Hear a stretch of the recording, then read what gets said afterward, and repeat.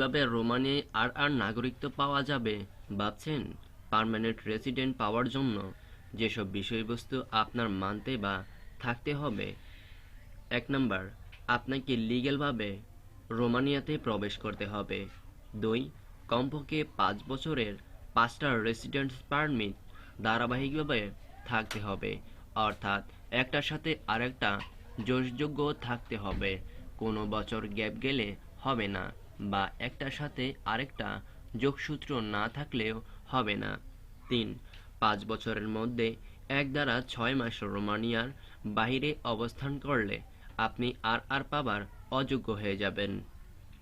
4, আপনার বিরুদ্ধে কোনো ক্রাইম রেকর্ড থাকতে পারবে না।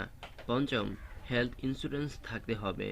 6, আপনাকে মোটামুটি চলার মতো রোমানিয়া ভাষা জানতে হবে, অর্থাৎ কাউকে বুঝতে বা বোঝাতে হবে এরকম। 7 নাম্বার, রোমানিয়ার সকল আইনের প্রতি অনুগত ও শ্রদ্ধা থাকতে হবে। আপনার এসব ঠিক থাকলে এটা ফাইল রেজিস্ট্রেশন করতে হবে। এরপর আপনার ভাষায় ইন্টারভিউ এর জন্য ডাকবে। এই পর্যন্ত আপনার কাজ শেষ।